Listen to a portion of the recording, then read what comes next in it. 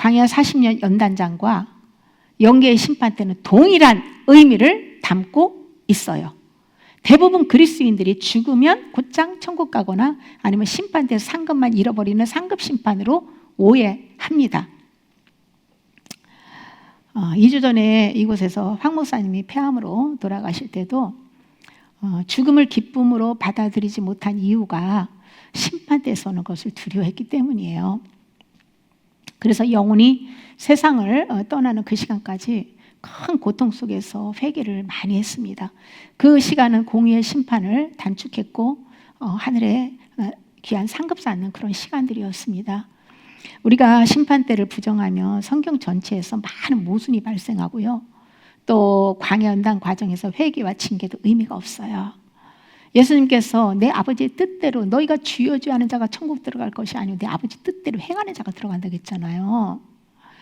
그런데 사실 믿는 자들이 하나님의 뜻대로 사는 사람이 많습니까? 살지 못하고 그냥 대충 자기중심적으로 주여 주여만 하면서 적당히 사는 사람이 많습니까? 회개도 하지 못한 그 하나님 뜻을 살지 못한 수다한 사람들, 그리스도인들이 그러면 전부 지옥에 갔단 말입니까? 또 예수님께서 좁은 문으로 들어가라. 생명을 얻는 문은 좁은 문, 좁은 길로 가는 것이고 멸망으로 가는 길은 넓으면 넓은 길로 간다고 분명히 말씀하셨잖아요. 그런 말씀들을 우리가 어떻게 받아들여야 될까요? 사람들은 구원에 관해서 정말 자기중심적으로 해석을 하고 이해를 하는데요. 성경은 구원의 시작과 과정과 끝을 명확하게 증언하고 있어요. 심판대를 예비해 주신 것은요, 하나님의 은혜입니다. 천국은 예수님의 속죄의 은총을 믿음으로 성령 안에서 회개와 순종으로 돌이킬 때에 길이 열리는 거예요. 천국 문이 열리는 거예요. 하나님의 심판을 부정할 경우에 악의 믿음에서 그 장성함을 향해 믿음으로 성장해야 한다는 성화를 요구하는 그 과정도 무의미하게 되는 거예요. 성경은 싹이 난 믿음이 있고 이삭이 난 믿음이 있고 알곡 믿음을 증언하고 있어요. 아이들의 단계, 청년의 단계, 아비들의 단계를 사도 요한도 증언하고 있죠.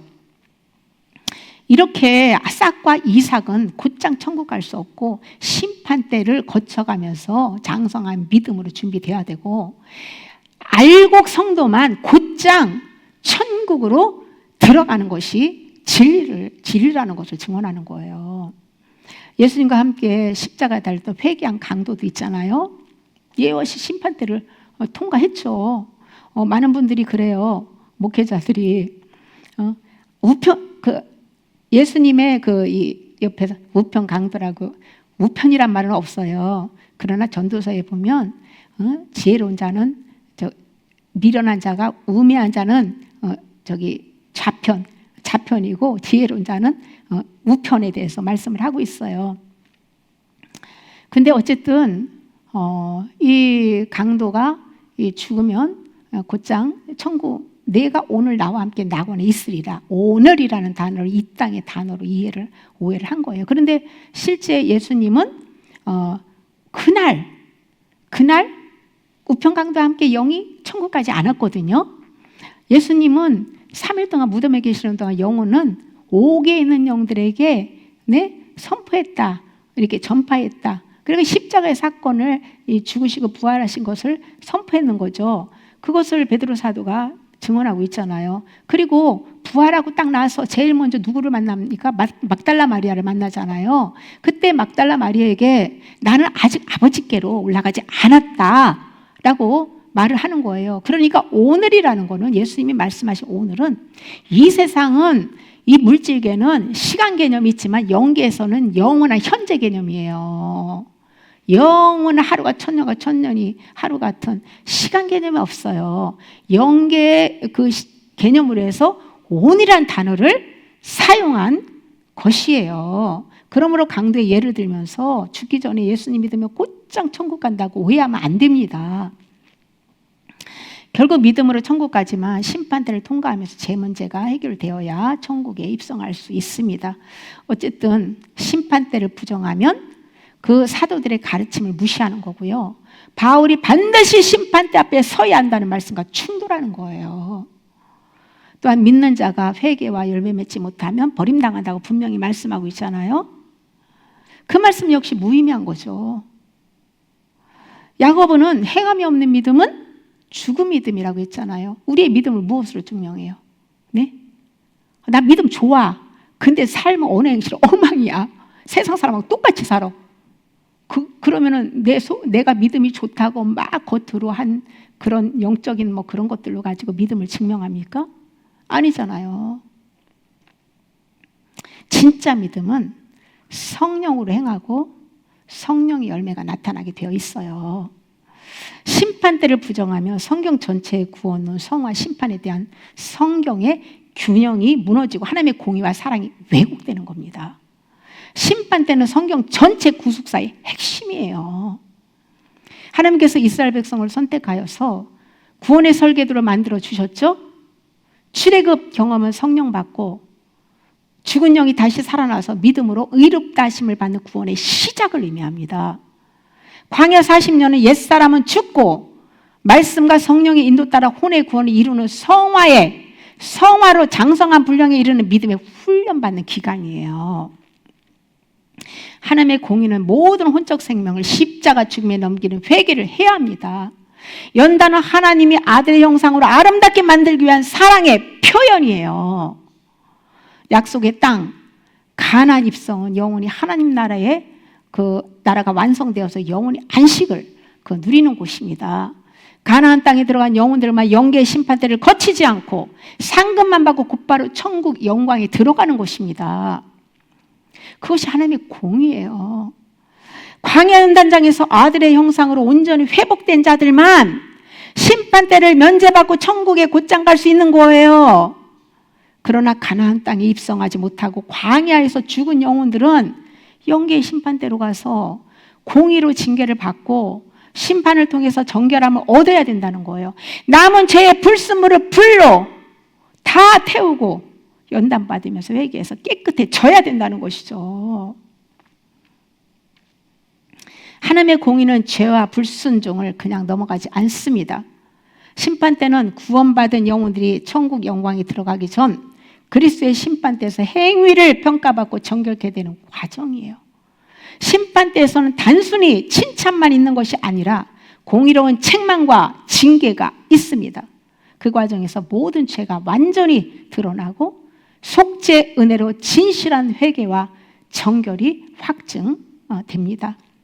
광야 40년 연단 가정과 심판 때 둘 다 구원 이후 완전한 영광 이전의 정결 과정이라는 점에서는 같은 의미를 담고 있습니다. 심판 때에서 회개가 필요한 이유는 이 땅에서 다 회개하지 못한 죄와 연약함이 남아있기 때문이에요. 하나님의 공의로우시기에 그 죄를 덮어두신 채 영광의 나라로 데려가지 않습니다. 하나님의 공의는 순식간에 죽는 순간 호록 다 죄 사해주고 묻지도 않고 그냥 천국으로 데려가는 게 아니에요.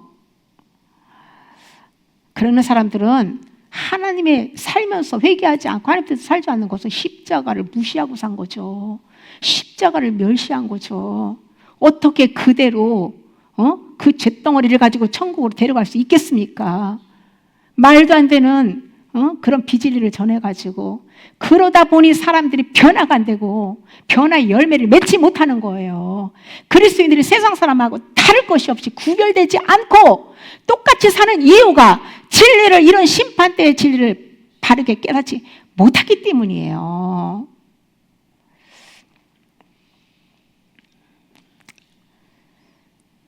심판대에서 징계를 통해서 완전한 정결과 회개가 이루어져야 천국의 거룩함에 들어갈 수 있습니다. 성령님이 오신 이유는 속죄 은총을 공급해 주기 오셨죠? 속죄 은혜는 우리가 믿고 회개할 때 부어지는 거예요. 우리에게 주어진 가장 큰 복은 회개입니다. 회개하고 정결함을 얻은 영혼들에게 성령님 안에 천국의 많은 신령한 복이 그분 안에 있잖아요. 그것이 우리에게 다 하나님께서 부어주시는 거예요. 회개도 안 하는데 주십니까? 회개도 안 하는데 세상 복 받는 거는 귀신이 주는 거지 주님이 주시는 게 아닌 것을 알아야 됩니다. 회개가 가장 큰 복이에요.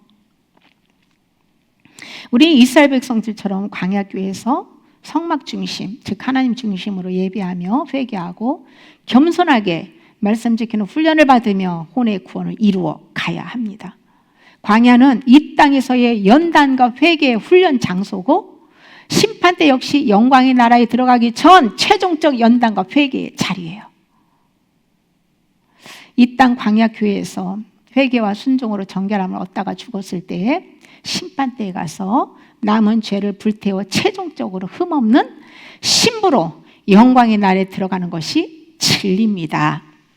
이 땅에서 성령으로 회개한 죄와 믿음으로 선행을 행한 것들은 전부 천국에서 상을 받습니다. 그러나 육신의 몸을 벗고 영원히 심판대로 가서 불같은 연단을 받으며 회개한 것은 상급 없습니다.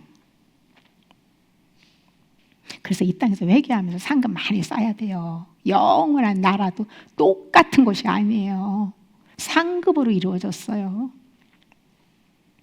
회개는 성령께서 은혜를 베풀어 주셔야 가능한데요.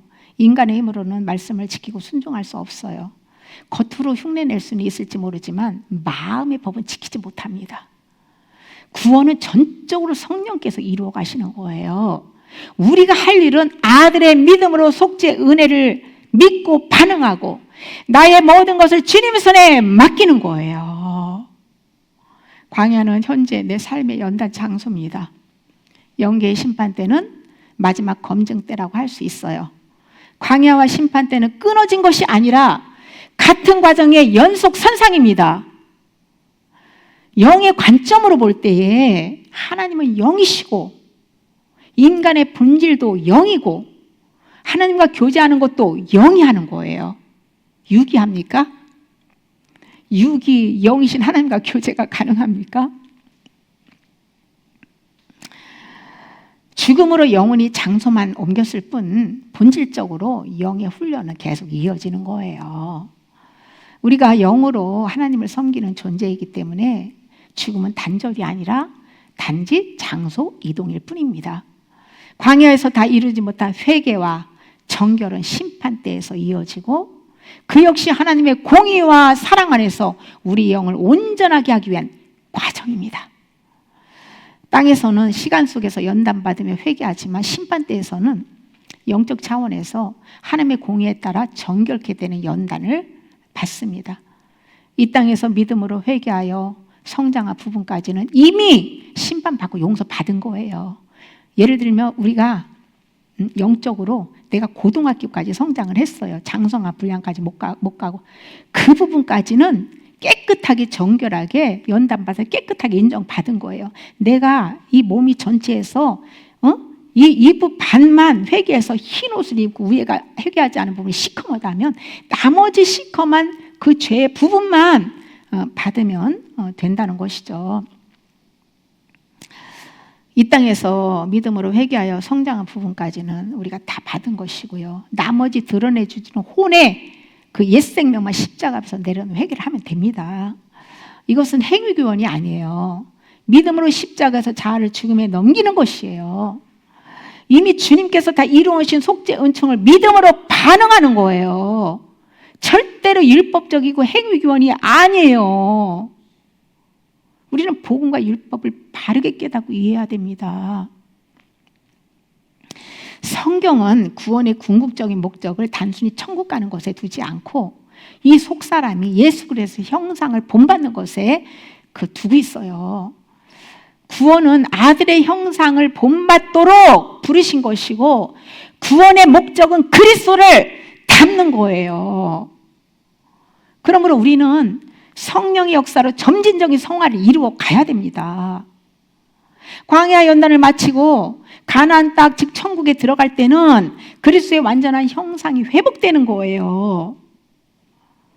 구원의 목표가 장성한 분량으로 믿음이 성장하여 성숙한 그리스도의 인격으로 재창조되는 겁니다. 예수님의 직제자들과 바울은 옛사람의 철저한 죽음과 영광스러운 성화를 완성했습니다. 빌라델비아 교회 목회자도 인내 말씀을 지켜서 생명의 면류관을 얻고 이긴 자가 되었어요.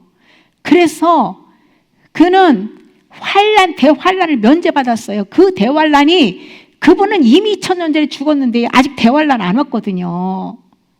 영계의 심판대를 말씀하고 있어요. 같은 동일한 장소예요. 그리고 4대 교회 목회자는 흰 옷을 못 입었는데 그 성도적 몇 명은 흰 옷을 입고 주님과 함께 동행하며 이긴 자가 됐다고 증언하고 있는 거예요. 이와 같이 지금도 전 세계 교회에 광야 연단을 받으며 그리스도의 형상으로 회복된 성화된 그리스도인들도 있습니다. 그리스도와 완전한 연합을 이룬 영혼들은요, 하나님이 정한 분량의 연단을 다 받으며 이 원체, 혼에 뿌리 박혀 있는 그 원체와 그리고 이 자범죄 그리고 타락한 정욕 뿌리들, 이런 것들이 다 제거되었기 때문에 예수님이 공중 강림하실 때 부활의 몸을 입고 휴거되는 거예요. 예수님의 형상을 닮은 신부가 되는 것은 구원받는 순간 완성되는 것이 아닙니다. 성령을 통해 광야 연단을 받으며 자아를 내려놓은 회개로 점진적인 성화를 이 성화의 과정을 통해서 성취되는 거예요. 광야 연단과 회개는 믿음으로 성령께 자신을 온전히 맡길 때 성령이 죄를 깨닫게 하시고 돌이킬 힘을 주셔서 결국 하나님의 뜻대로 순종할 수 있게 되는 거예요. 그러니까 광야의 40년이라는 기간은, 하나님의 공의는, 예수님의 제자는 3년이 광야 40년이었어요. 아브라함은 24년이 걸렸고요. 바울 같은 경우는 거의 13년이 걸렸고, 이렇게 다 달라요. 그러니까 얼마만큼 내가 믿음의 반응을 하느냐에 따라서 그 광야의 훈련을 받고 죄가 해결되는 이게 단축될 수도 있고 쭉 길어져서 이 땅에 살면서도 가나안 땅으로 못 들어간 사람들은 다 천국 가는 거, 이 땅에서 그 문제 해결된 사람들은요 천국을 주님과 함께 동행하며 누리며 살다가 곧장 천국으로 가는 것이에요. 광야에서의 회개는 내 노력이 아니라 전적인 성령의 역사며 나는 다만 믿음으로 그 역사에 응답할 뿐입니다. 지금 예수님께서 더디 오시는 이유는 회개할 기회를 주시는 거예요.